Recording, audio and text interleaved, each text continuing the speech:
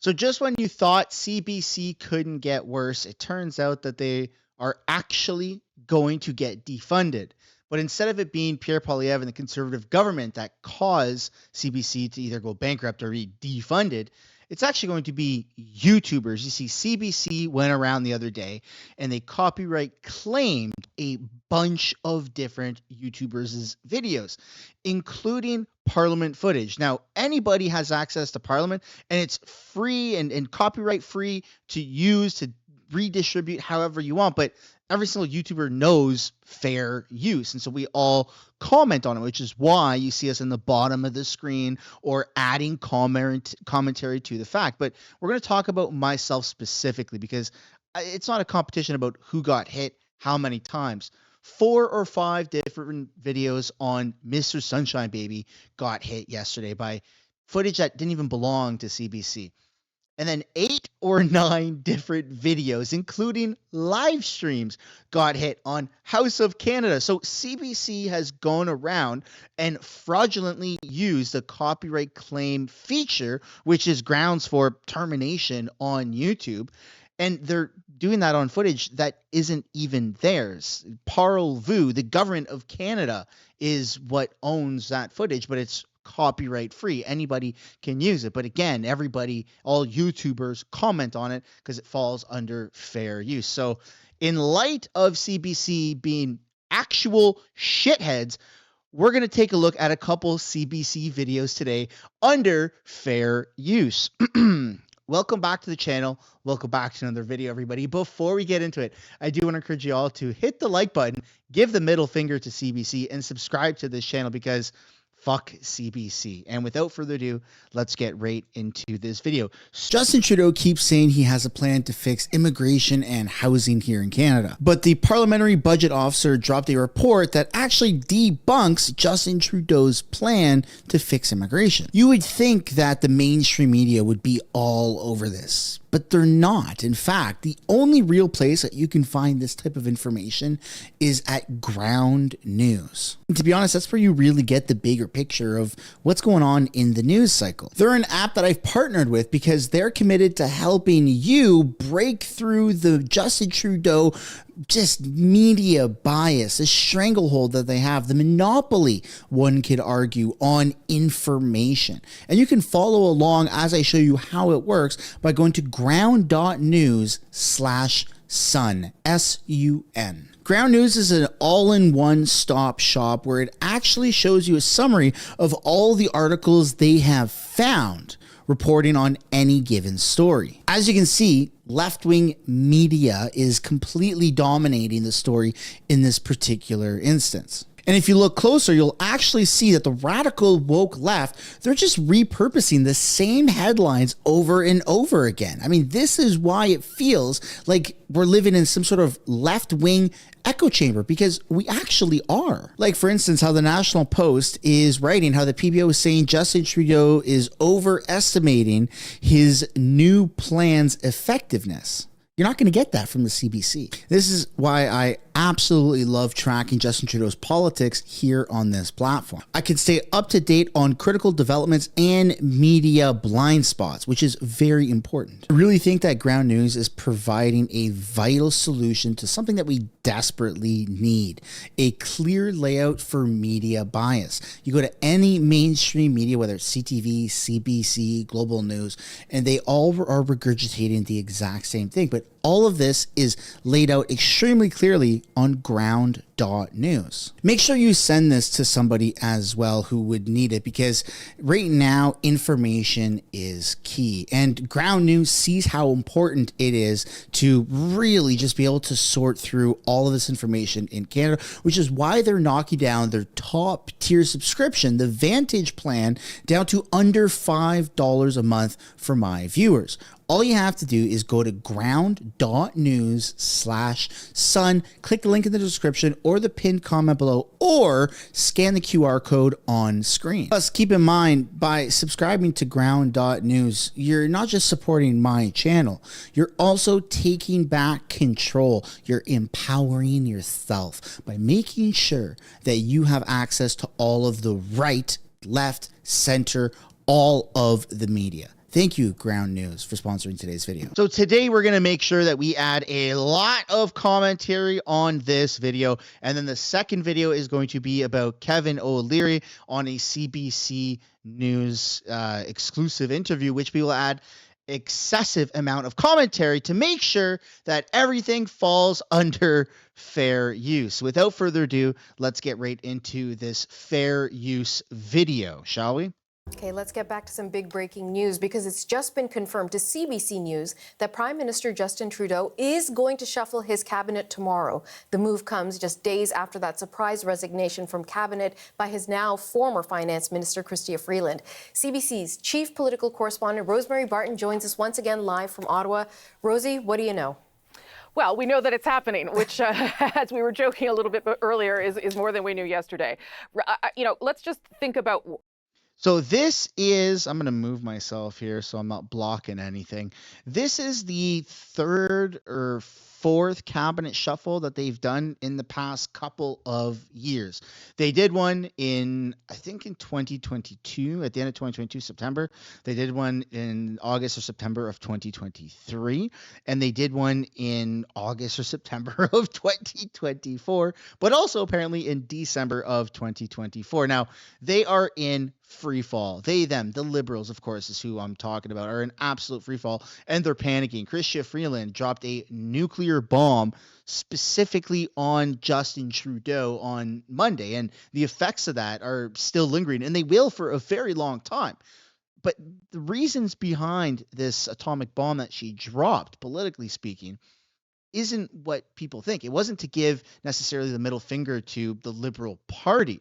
It was to screw over Justin Trudeau, watch him panic, watch him fail as a leader. He hasn't really even, I shouldn't even say hasn't really even, he hasn't at all addressed the situation, not a single bit. He was hiding from cameras, from reporters all of Monday, all of Tuesday, all of Wednesday, and all of Thursday. And the only thing that he's actually doing in terms of an announcement since the big catastrophe for Trudeau on Monday is a cabinet shuffle tomorrow, which doesn't look good, regardless of how you try to spin it. Trudeau is screwed over. So the reasons why Chrystia Freeland did this wasn't to say, screw you to the Liberals. She plans on staying on as a Liberal. She did that in her resignation letter. In fact, Chrystia Freeland's plan is to take over Trudeau's position as the leader of the Liberal Party and the next runner-up in elections, and hopefully is what she's thinking. She wants to be the Prime Minister of Canada. And if I'm being totally honest here, I think that Chrystia Freeland's plan to screw over Justin Trudeau is going extremely well. And when it comes to popularity within just the own Liberal Party, if you're looking at an internal vote of Freeland versus Justin Trudeau, well, Chrystia Freeland, I think, is going to win and be able to supersede Trudeau in that matter. How we sort of ended up here, right? It was around this time last week that Justin Trudeau was planning a very different kind of cabinet shuffle. And that has since kind of gone up in flames with the resignation of Chrystia Freeland.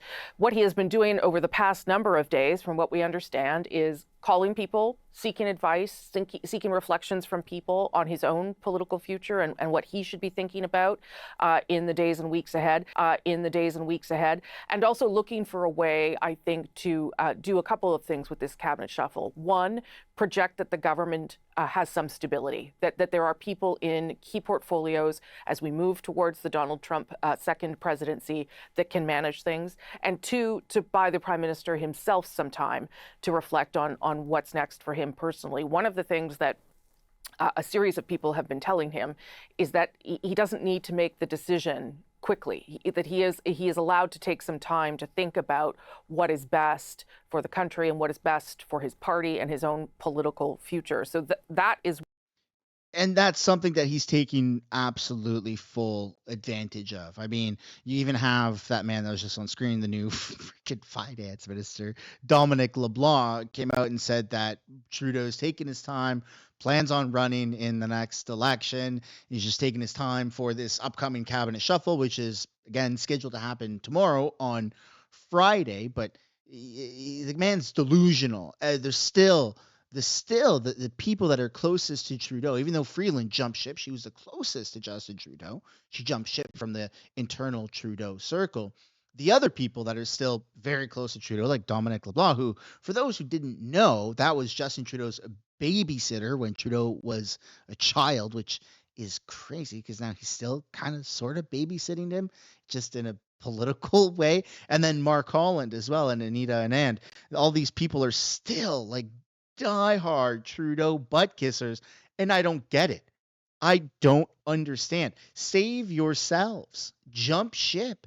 Leave Trudeau. Stay on as Liberal. I don't care.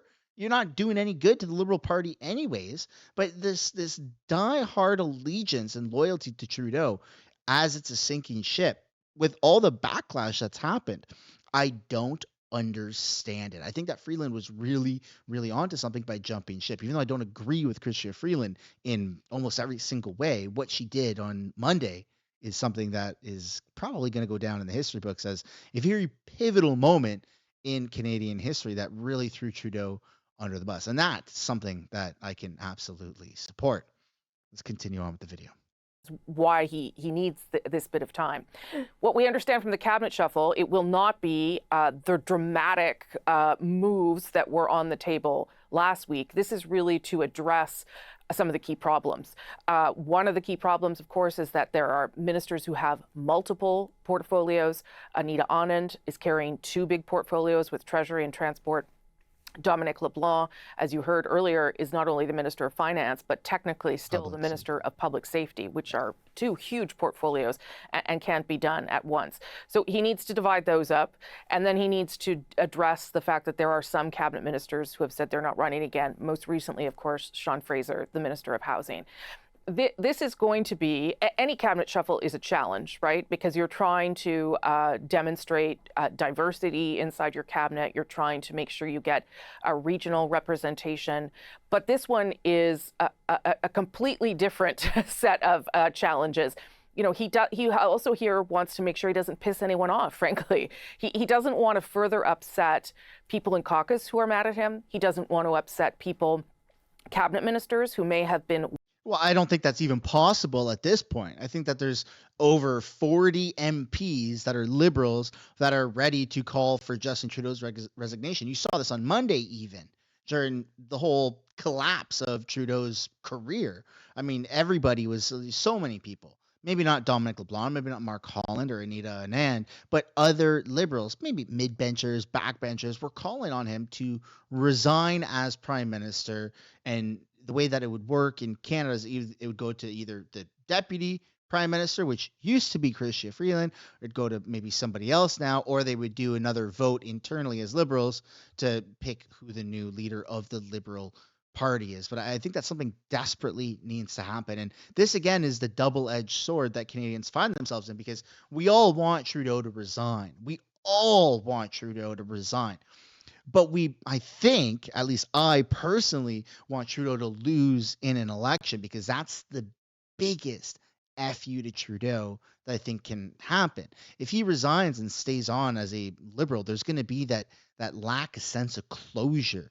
Like, we didn't really, I mean, we won, but by default. We didn't win by the right means of voting. And that's what I think a lot of people are wanting. So even though we want him gone, above and beyond just him resigning, I think Canadians, the world wants to see an election in Canada, which is crazy, because I'm not sitting here, in my family home thinking, man, they really need to do an election in Luxembourg and get rid of that leader, or in Italy or in Germany. Like, other countries' politics doesn't really cross my mind a whole lot. I pay attention to geopolitics, and especially America with what goes on there.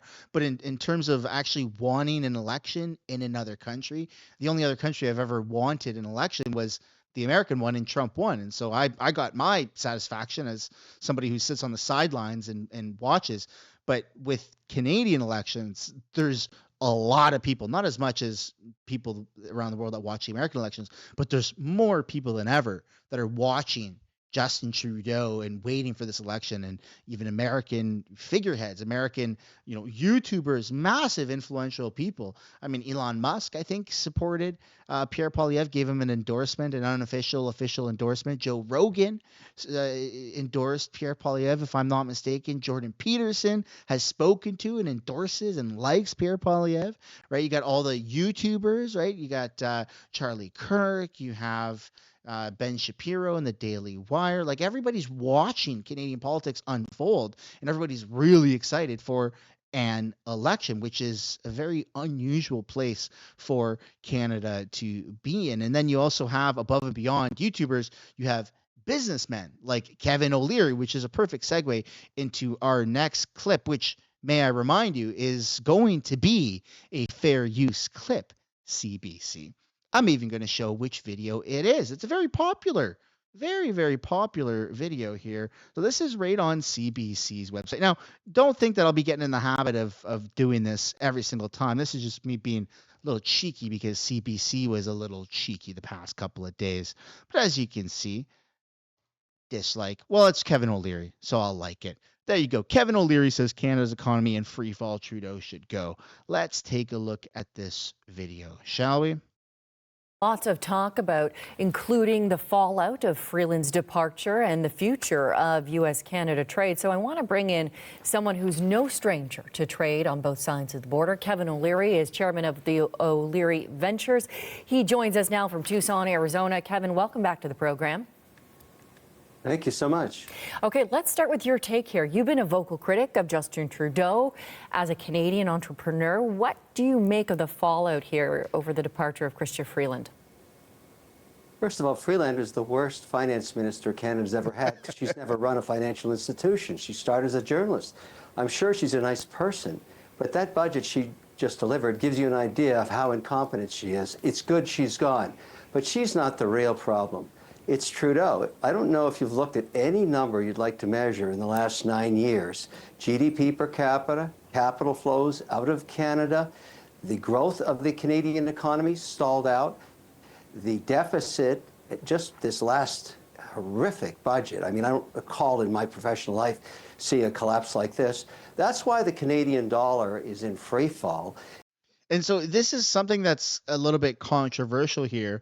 And I'm by no means defending Chrystia Freeland. I think that she is not a good member of parliament. I think that her policies are absolute shite. Maybe she wakes up. Maybe once upon a time she woke up in the morning with the best interests of Canadians at heart. But nowadays, what she says and what she's doing are proving to be extremely harmful. And the way she talks about certain Canadian citizens that are maybe not pro the Liberals, or people that protest freely here in Canada, which is your right as a Canadian citizen to do so. So she's had a lot of very bad things that she has done personally. And I'm not suggesting at all, this isn't me defending her one bit. But when it comes to her as a member of parliament and the portfolio that she holds of being the finance minister, I don't actually know if she was the one pulling those strings. Now that I look back at everything, Justin Trudeau, with his people that are closest to him, he has a full control over everybody. He manipulates everybody to get exactly what he wants, and he forces them to say certain talking points, which is essentially why Chrystia Freeland resigned in the first place. He was going to ask her to step down after she, tried doing things her way, and Justin Trudeau didn't like it. It wasn't working for him, so he said, you know what? You've been my loyal servant, but now it's time for you to go. But I'll put you in another position. She basically just said, no, thank you. I'm going to just leave you, and I'm eventually going to take your job. And so it was a big slap in the face. But nonetheless, I think that it was Justin Trudeau pulling the strings all along. Now, again, that's not me defending her, saying she could be a good finance minister if she wasn't under Justin Trudeau's thumb. I think that she's equally as bad even on her own. But it's kind of interesting to think about this and to see all this unravel, because it goes to show that these people are just puppets to Trudeau. Trudeau's just using people to stay in power, to get more money, and promising them, I guess, boatloads of cash. We don't really know, but we're not really seeing these individual people do their jobs as individuals. It's all still under Justin Trudeau's control, if that makes sense. And once you think about that, it makes me feel a tiny bit bad for some of these liberals. Not too bad, because I mean, they have the ability to walk away and blow the lid off the thing and be total whistleblower, but they choose not to. So again, it's kind of like the situation where they've made their bed, now they have to lie in it. It's Justin Trudeau and his policies. And remember, we have to celebrate the fact, if you want to talk about longevity, he's been very successful as a prime minister, and he did it all without any executional skills. Now, the Canadian people pay the price, and it's just horrific what's happening to the country. Unbelievable mess. Okay, it's embattled at home, mocked abroad. Kevin, Trudeau and Canada now becoming the target of U.S. President Donald Trump's roasts here. How does Canada manage this relationship with what is an unpredictable U.S. leader? Well, let's talk about why this is happening to Trudeau and why he is embarrassing Canada so much. As you recall, in Trump's first mandate, both Freeland and Trudeau bashed Trump almost every day they could, thinking he would never come into power. He is a relationship guy. He doesn't respect or like Trudeau. He's said so much in the last 2 or 3 days, as well as Freeland, who he despises from NAFTA 2 negotiations. She's gone. He would. So Chrystia Freeland and Justin Trudeau have both really tried to roast Trump over the past several years, especially during Trump's first term. Like, Chrystia Freeland was brutal with how she was attacking President Trump. And since he's been reelected and he's the president-elect Trump, she's still been taking shots at him. But it's not just shots at him. Trudeau and Chrystia Freeland have also taken several shots at Pierre Poilievre and using Trump's name as if it's like a bad thing, and Trump's entire presence as if it's a bad thing, and called Pierre Poilievre the Trump of the North, or saying that he's bringing in MAGA politics into Canada as if that's a bad thing. Patriotic politics coming to Canada, hey, that's actually a good thing. That might be what helps us get out of this mess. Seems to be what's helping America get out of that mess. So why shouldn't it help us as well? If we're called Maple MAGA, but we're getting the results that we want and that we need that are going to fix the country, so be it. Then call it Maple MAGA. But that, just to go back to the original point, was that Freeland and Trudeau have not only taken shots directly at Trump, but they've attacked other people with Trump as a verb, a negative verb. Oh, you're being very Trump. You're bad guy like Trump. And so he hears about these things, maybe not every single day, maybe not every single job, because he's got other things to worry about, but they haven't been nice to Trump. And so that's why when Freeland did what she did on Monday, Trump's immediate reaction was, well, she's toxic, right? She's toxic. Get her out of here. She's toxic, the most toxic. And Trump is actually waiting on the sidelines for Canada to essentially go bankrupt. Now, is he going to buy Canada? I don't know. Can he annex Canada as a 51st state? I mean, we're living in end of 2024, start of 2025. We've got robots that are going to be doing dishes for us thanks to Elon Musk, and cars that aren't going to have any steering wheel and pedals because it's all going to be automated. So we're living in the future. Who knows what the heck is going to happen? I know a lot of people are very pissed off at the fact that Trump has made those types of comments and they don't want anything to do with being annexed as the 51st state. But a lot of other people are thinking, maybe we should hear the guy out. Maybe we should hear him out. Would love to get rid of Trump, and I think he's doing a good job embarrassing every Canadian internationally with what he's doing with all of this social media. And Trump realizes that he won't be negotiating NAFTA 3 with Trudeau. Trudeau's going to be gone one way or another, and that's a very good thing for Canada. Canadians want to see their dollar in free fall. How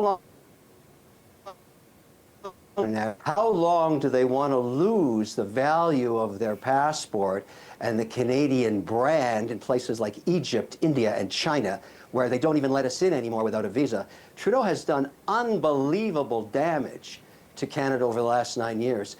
Every Canadian has almost a moral obligation, regardless of where they come from or what their religion is or what party they're associated with, to get rid of this man.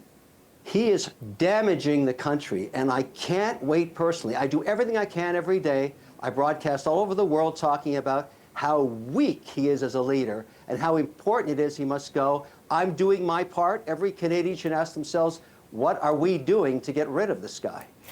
Holy smokes. To be honest, that's kind of how I feel, which is partly why I have so many YouTube channels centered around Canadian politics, is it's so important for people to understand that old school liberalism, liberals 20 years, 15 years ago, is not what liberals are now. The policies are detrimental. It's a delusionary utopia that they're trying to create, and there's no plan. There's absolutely no. They just spend money like a pissed off person with a stolen credit card and no consequences. They just spend and spend and spend, and it's hurting people. And they're handing out social programs like it's Oprah Winfrey 30, 25 years ago. It makes no sense for just from that standpoint.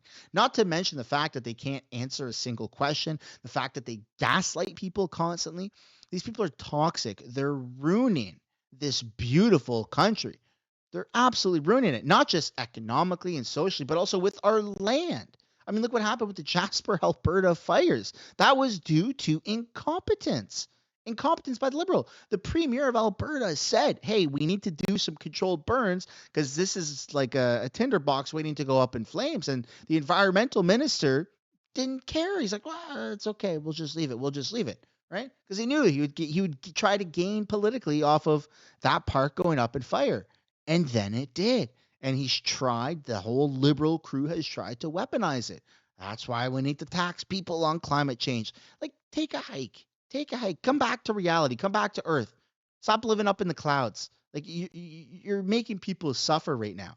People still right now, more than halfway with December 19th, more than halfway through December, almost into 2025. And people in Canada are still not wanting to turn on their home heating because they're going to be taxed heavily on it with the carbon tax. So they're not paying $50 or $100 or whatever the cost of home heating is per month. They're paying $75, $150, $200, not to mention all the businesses. So these people are harming Canada in a way that we have never seen before. Yet here we are. And everyone's waiting for the next election. Everyone is waiting patiently, a little impatiently, but also patiently. What should Canadians do to handle Trump, though, Kevin? Because we know Trump is a bombastic leader. He's someone who respects, as you said, relationships, also someone who respects what he perceives as strength. So what can Canada do, and what should Canada do as we face what could be increasingly more and more, it certainly looks like, an impending trade war? Get a new leader now. If we want to compete with Trump, and believe me, he doesn't want to impose tariffs, not on energy or anything else. We're two big trading partners, particularly the states on the border themselves. You ask any governor or senator on a border state, they don't want this trade war. But we need a leader. And right now, I think what's going to happen, regardless of who they put in place to replace Trudeau, the Liberal Party is damaged. It has been very, very poor. Even Liberals now understand they're going to be decimated in the next election. So I don't know whether it'll be a full majority mandate for the Conservatives or whether it'll be a minority, but it doesn't matter. We need new leadership to start negotiating with Trump every day, and then, of course, in this very important NAFTA 3 negotiation, which we're going to be facing quite soon. So it's really about Pierre Poilievre. Will he get elected, and when? And will he get a majority mandate? And it doesn't really matter at this point. It's just you gotta replace Trudeau. I mean, I'm here in Arizona. They're laughing at us. They're laughing at us. And I'm tired of it, and every Canadian should be the same way. They think this whole Trudeau thing with Trump is a joke. Well, it really is. Nobody wants these tariffs. Nobody wants. And if I'm kind of understanding the tariffs better now than when it first came out, I feel like it's this 4, 5, 6D chess move by Trump for Canadian politicians to really start putting pressure on each other on other parties to call a vote of non-confidence to trigger an election to then get Trudeau out, because I do not think that those tariffs will exist under Pierre Poilievre. There's no reason for Trump not to respect Pierre, even right now, not to mention when he inevitably wins the next election, because we all know that's going to be the outcome. Who he doesn't respect is the Liberals, the Canadian Liberals, Justin Trudeau, everybody that supports Justin Trudeau. He wants that guy out, and he wants a real leader to step in so they can just get right down to the brass tacks and start talking about business. And I think that we're going to get there sooner than later. I don't think there's anybody out there, probably going to end up eating my words on this, but I don't think there's anybody out there who truly believes that the election is actually going to be in October of 2025. I think everybody suspects something that's going to happen in the spring, maybe right before summer break. Who knows? But it's unlikely that the election goes all the way till next year. There's just too much tension. It's too broken of a system, too broken politically speaking, even through this 6, 7, 8 week off that they get from doing their job. You're still going to see like the immense amount of social pressure and just like anger is going to carry into February, even within the politicians. And it's going to pick up right where left off without skipping a single beat.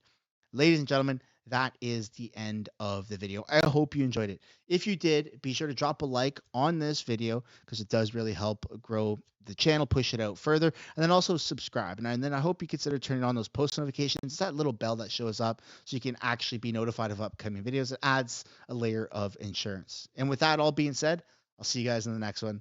Bye for now. And fuck you, CBC.